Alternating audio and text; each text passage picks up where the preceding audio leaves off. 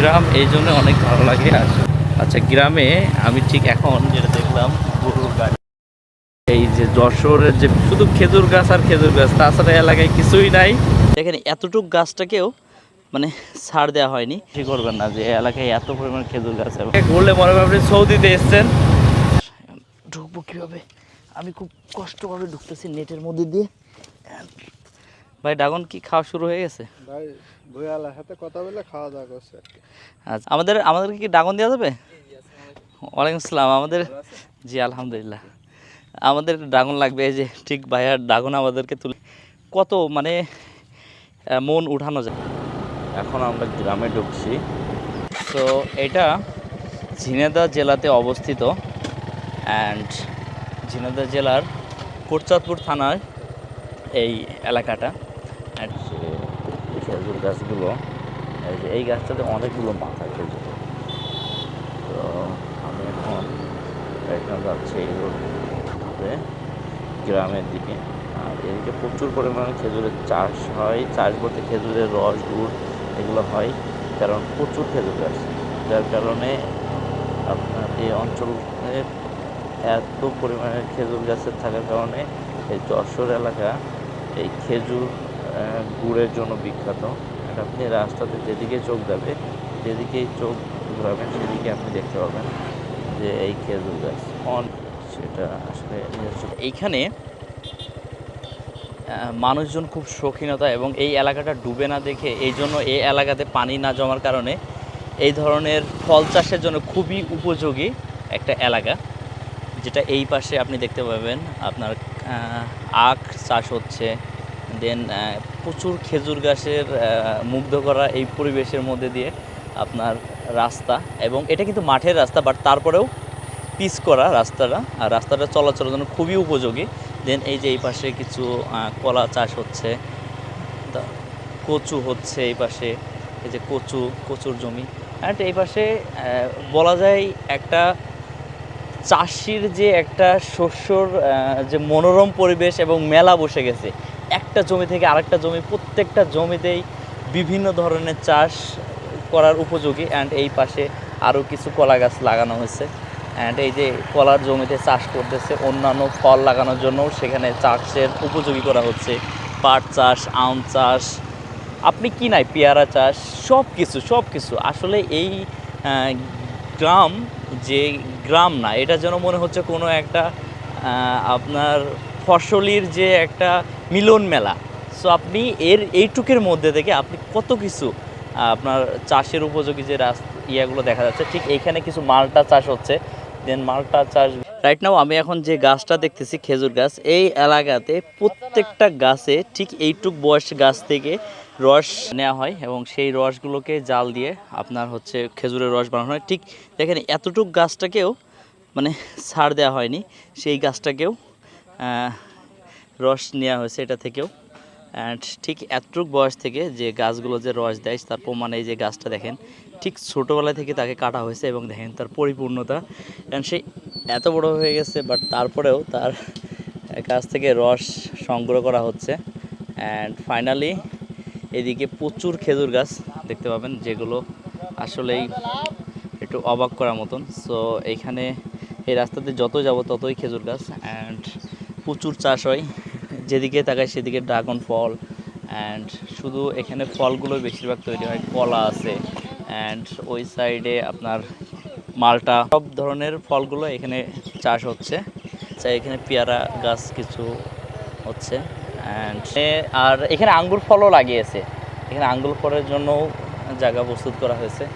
So এইভাবেই প্রত্যেকটা জমি, প্রত্যেকটা প্লট এক একটা জানি মনে হচ্ছে চাষের মিলন মেলা, এবং হচ্ছে মেলায় পরিণত হয়েছে।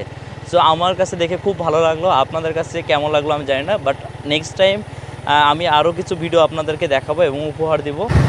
অনেক সুন্দর জায়গাটা, গ্রাম এই জন্য অনেক ভালো লাগে আসলে, গ্রামের প্রত্যেকটা ভিউ। আচ্ছা, গ্রামে আমি ঠিক এখন যেটা দেখলাম গরুর গাড়ি, যেটা সচরাচর দেখা যায় না, বাট ঠিক আমি এমন একটা গ্রামে এসেছি যেখানে আমি গরু গাড়ি যাচ্ছে দেখলাম। এখানে এখনও সেই গরুর গাড়িতে প্রচলন যে আছে চাষ করা অথবা এটাতে মালামাল বহন করা কৃষিকাজের জন্য। সো সো খুবই দারুণ একটা জায়গা। অ্যান্ড আসলে এদিকে আপনাকে যতই ঘোরাবো তত আপনারা মুগ্ধ হবেন, কারণ এদিকে প্রচুর খেজুর গাছ। অ্যান্ড সেই যে সবুজ যে মাঠগুলো, বাংলাদেশের খুবই চেনা পরিচিত জায়গা, যেখানে যাবেন সেখানে আপনি সবুজ যে গাছগুলো সেগুলো তো পাবেন। বাট আমি ঠিক আরেকটাও আমি দেখতে পাচ্ছি রাইট নাও, এই যে এই গরুর গাড়ি ব্যাপার, এই যে গ্রামের মধ্যে এই ধরনের গরুর গাড়ি আপনারা আমি জানি না আপনারা দেখছেন কি না, বাট আমি দেখে আসলেই অনেক মুগ্ধ হলাম। অ্যান্ড এদিকে গরুর গাড়িতে এখনও হাল চাষ করা হয়। অ্যান্ড সেইগুলো আমি চেষ্টা করব কোনো এক সময় এসে এখানে সুন্দরভাবে এটার যে ঐতিহ্য, যে আগে যেগুলো ছিল বাট মানুষ কীভাবে চাষ করতো বা কী করতো, সেগুলো তো এখন আস্তে আস্তে হারিয়ে যাচ্ছে। মানুষ এখন অনেকটা প্রযুক্তির দিকে এগিয়ে যাচ্ছে। সো সেখান থেকে সেই আগের দিনের কষ্টর দিনগুলো, হ্যাঁ, তো সেইগুলো আমি চেষ্টা করব কোনো একটা ভিডিওর মাধ্যমে আপনাদের দেখানোর। আসলেই খুবই দারুণ একটা সুন্দর একটা নদী এখানে দেখতে পাচ্ছি। এই নদীটা আসলে অনেক সুন্দর। অ্যান্ড গ্রামের পরিবেশে ওই যে হাঁসগুলো যে দেখতে পাচ্ছেন, ওইখানে প্রচুর রাজাহাঁস এই এলাকায় মানুষ পেলে থাকে। অ্যান্ড এই রাজাহাঁসগুলোর মাংসগুলো বিশেষ করে অনেক টেস্টি হয়ে থাকে। এগুলো মূলত খাওয়ার কাজে জন্য এগুলো পালন করা হয়। অ্যান্ড আমি অনেক সুন্দর সুন্দর এই গ্রামটা যতই ঘুরছি ততই নিজেকে মানে অনেক ভালো একটা অনুভূতি ফিল হচ্ছে যে আমি যে এলাকাটাতে ঘুরতেছি রাইট নাও, এটা অনেক সুন্দর একটা গ্রাম। আমার জানি কেন মনে হচ্ছে আমি সৌদি আরবে আছি রাইট নাও। অ্যান্ড এই খেজুরগুলো ধরেছে, বাট সৌদিদের মতন অত উন্নত মানের খেজুর না দেখে এগুলো বাজারজাত করা যায় না, এবং সাধারণ মানুষজন এই খেজুরগুলো খাচ্ছে না। শুধু খেজুর গাছ আর খেজুর গাছ, তাছাড়া এলাকায় কিছুই নাই খেজুর গাছ ছাড়াই। মনে হবে যে আপনারা সৌদিতে এসেছেন, ঠিক তাই মনে হবে। আর রাস্তার মধ্যে এত পরিমাণ খেজুর গাছ যে আসলে এই এলাকায় ঘুরলে মনে হবে আপনি সৌদিতে এসেছেন। হ্যাঁ, দেখুন কত খেজুর গাছ, খেজুর গাছের শেষ নাই। সামনে আরও দেখাবো আপনাদেরকে খেজুর গাছ, যেদিকে যাবেন শুধু খেজুর গাছই দেখতে পাবেন। করবেন না যে এই এলাকায় এত পরিমাণ খেজুর গাছ, এবং এই খেজুর গাছ থেকে আপনার রস তৈরি করে সেটা রস সংগ্রহ করে গুড় তৈরি করা হয়। তো এই জন্য এই এলাকার গুড়গুলো এত বিখ্যাত। অ্যান্ড এটা যশোরে আপনি ঢুকলে বা ঝিনাইদহ এলাকায় ঢুকলে এই ধরনের খেজুর গাছ অনেক পাবেন। অ্যান্ড এই খেজুর গাছগুলো বাংলাদেশের প্রত্যন্ত এলাকা পর্যন্ত এই গুড়গুলো পুষিয়ে যায় শীতকালে। আর এটা শুধু একটা সিজনেই হয়, সেটা হচ্ছে শুধু শীতকালে। আর এখন মানুষ অনেক শৌখিন হয়ে যাওয়ার কারণে এই গাছগুলো এখন ওইভাবে আগের মতন করে আর গুড় তৈরি করার মানুষ খুবই সংকট, যার কারণে এই যে বিখ্যাত যে নামগুলো, এইগুলো অসাধু ব্যবসায়ীরা বা অন্যান্য জেলার মানুষজনগুলো তারা এই সুযোগগুলো কাজে লাগাচ্ছে। সো আমি মনে করি যে এই এলাকার লোককে এই সুযোগটা অন্য জেলাকে না দেওয়া আমি মনে করি সবচেয়ে better.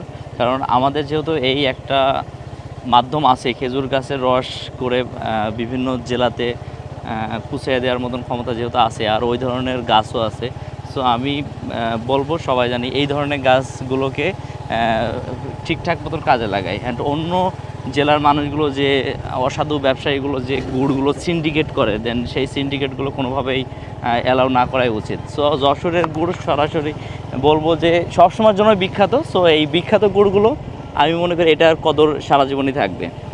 Thank you so much. এখন আমি যেখানে আছি এটা গ্রাম। এই গ্রামে প্রচুর পরিমাণের ড্রাগন চাষ হচ্ছে, এবং ঠিক আমি এমনই একজনের সাথে কথা বলবো যিনি ড্রাগন চাষ করে তার লাভবান এবং ক্ষতি দুটা বিষয় সে বলবে। তো প্রথম দিকে যখন সে ড্রাগন চাষ করে তখন তার অভিজ্ঞতাটা কেমন ছিল, আর এখন ড্রাগনের পরিস্থিতি অনুযায়ী ঠিক কী অবস্থা সেটা জানবো। অ্যান্ড এই এলাকাতে প্রত্যেকটা জমিতেই ড্রাগন চাষ হচ্ছে। তো সেই ড্রাগন জমিতে আমরা এখন ঢুকবো এবং দেখব কী অবস্থা ড্রাগনের। আচ্ছা, এই আমরা এখন ড্রাগনের জমিতে ঢুকছি, এবং এটা সব ঘিরে রাখা, কেউ জানি এগুলো নষ্ট না করতে পারে। বাট ঢুকবো কীভাবে, আমি খুব কষ্টভাবে ঢুকতেছি নেটের মধ্যে দিয়ে। And এই যে সেই ঢোকার জায়গাটা, হ্যাঁ আমি ফাইনালি ঢুকছি। এটাই হচ্ছে সেই ড্রাগনের যে চাষ, এই যে ড্রাগন অনেক ধরেছে আপনারা দেখতে পাচ্ছেন। আর এগুলো ফুল, এই যে ড্রাগন অনেক অনেক ড্রাগন, প্রত্যেকটা অনেক বড় বড় ড্রাগন। এগুলো কোনো কেমিক্যাল বা কোনো কিছু ব্যবহার করা হয়নি, জাস্ট এটা অরিজিনালভাবে এত বড় বড়।